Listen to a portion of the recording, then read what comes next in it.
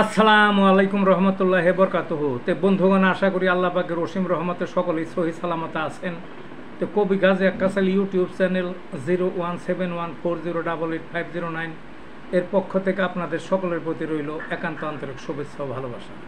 তো বন্ধুগণ, আজকে আপনাদের সামনে যে বিষয়টা নিয়ে হাজির হয়েছি সেটা ভিন্ন রকম, অর্থাৎ ডেইলি রোগ চিকিৎসা হোমিওপ্যাথিকের মাধ্যমে এবং আরেক বেলায় একটা করে কবিতা, এগুলি আমি উপস্থাপন করে থাকি, কিন্তু অনেকেরই একঘেয়েমি হয়ে গেছে, অন্য কিছু চাহে। তাই আজকে এই সুযোগে অন্য একটা বিষয় আমি আলাপ করব। সেটা হলো, আজকের যে বিষয়টা সেটা হলো ময়লা পরিষ্কার বা আবর্জনা পরিষ্কার, যেটাই বলেন আপনারা। সে জিনিসটা কি? সেটা হলো, দেখেন আমাদের দেশে বর্তমানে যে অন্তর্বর্তীকালীন সরকার, এই সরকারটা খুবই সুন্দর, যুগোপযোগী, বর্তমানে খুব প্রয়োজনীয়, বুঝলেন না?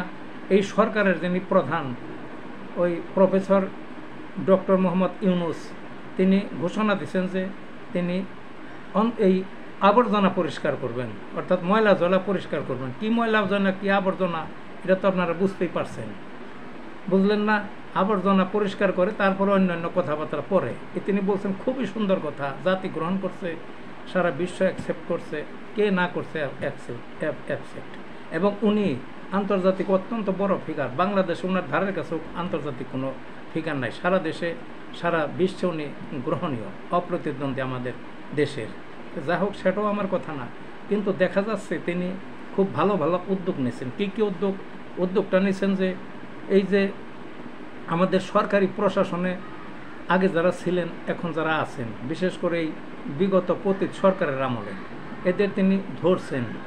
কি ধরছেন? তারা অনেক খুন খাবারের সাথে জড়িত, বা অনেক ওই অবৈধ টাকা পাহাড় গড়ার সাথে জড়িত।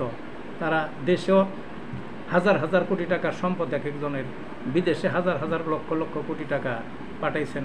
তাদের উনি শায়েস্তার আওতায় আনার চেষ্টা করতেছেন, খুবই ভালো উদ্যোগ।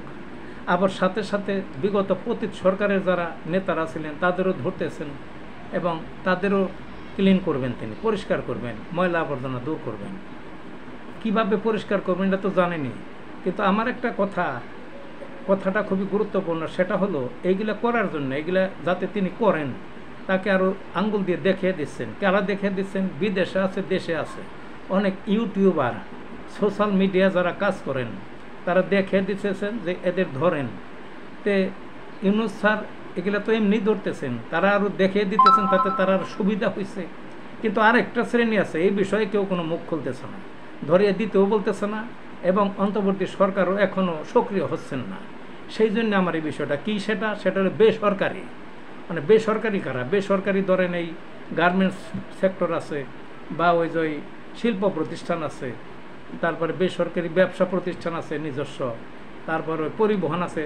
তারা তো ওই নিজস্ব ব্যক্তিগত প্রতিষ্ঠান, ওগুলা তারা লাভ করবেন, তাদের নিয়েও কিন্তু আমার কোনো কথা না। কিন্তু আমার কথা হলো, কিছু আছে বেসরকারি, ওই অনেক দেশে, ওই সারা দেশ ভরা তাদের ওই ক্ষুদ্র জনগোষ্ঠী ওইগুলোর সাথে জড়িত, ব্যাপক হারে কোটি কোটি লোক এক একটা প্রতিষ্ঠানের সাথে, কোটির কাছাকাছি বা ওই বহু লক্ষ সংশ্লিষ্টতার সাথে, বুঝছেন না? সেগুলা যদিও ব্যক্তি পরিচালনা করে, কিন্তু ওইগুলা কিন্তু ব্যক্তিগত প্রতিষ্ঠান না, ওগুলা কাগজে কলমে, আইন অনুযায়ী, নিয়ম অনুযায়ী এগুলো হলো জনগণের প্রতিষ্ঠান, বুঝছেন না? এগুলা জনগণের প্রতিষ্ঠান। তাদের একটা কমিটি আছে এই ভূমিহীনদের নিয়ে বা জনগণ নিয়ে, ওই সেই ভূমিহীনরাই ওই প্রতিষ্ঠানের আইনত মালিক।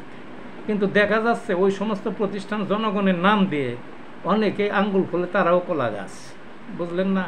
এই সমস্ত প্রতিষ্ঠান যারা সৃষ্টি করছিল, বা শীর্ষস্থানীয় বেশ কিছু করে আছে প্রত্যেকটার মধ্যেই, তাদের দেখবেন তাদেরও স্যার অনেক সম্পদ, অগাধ সম্পদ তাদেরও। তাদের যদিও লক্ষ কোটি টাকারও যদি মালিক না হয়ে থাকে, হাজার হাজার কোটি টাকারও যদি না হয়ে থাকে, তাদের দেখবেন যে শত শত কোটি টাকার মালিক অনেকেই আছে, বহু লক্ষ কোটি টাকা, বহু কোটি কোটি টাকার মালিক তারা আছে।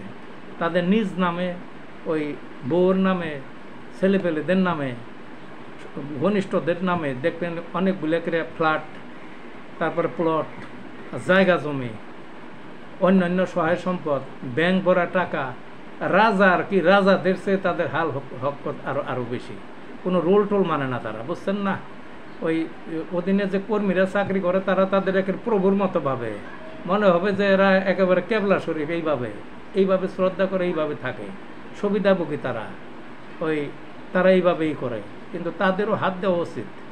তাদের যারা ওই জনগণের নামে প্রতিষ্ঠান কিন্তু নিজেরা লুটে পুটে খাইছে, তাদের হাত দিলেও অনেক সম্পদ বেরিয়ে আসবে এবং রাষ্ট্রীয় এই সৈন্য ভাণ্ডারের যে অবস্থা এই সময় কাজে লাগবে ওইগুলি দিয়ে। কাজেই স্যার এগুলা ধরেন, আর ধরেন মানে এগুলারে পরিষ্কার করেন, এই আবর্জনাও পরিষ্কার করেন, আইনের আওতায় আনায় না দেয়। আর যারা নাকি সোশ্যাল মিডিয়ায় কাজ করেন তাদের অনুরোধ থাকবে এদের ধরার জন্য আপনারাও সক্রিয় হন, আপনারাও দেখিয়ে দিন, আপনারাও স্যারকে দেখিয়ে দিন বা অন্তর্বর্তীকালীন সরকারকে এগুলো দেখিয়ে দিন। কারণ আপনাদের শুধু সরকারি বা ওই নেতাকর্মীদের অতীত যারা তাদের নিয়েই শুধু বক্তব্য দেখা যায়, এগুলা নিয়ে দেখা যায় না। এগুলা আপনাদের আলোচনার আওতাভুক্ত করেন, তবে আরও সুবিধা হবে এদের ধরতে, বুঝছেন না? কাজেই এই পর্যন্ত আজকের মতো ভালো থাকুন।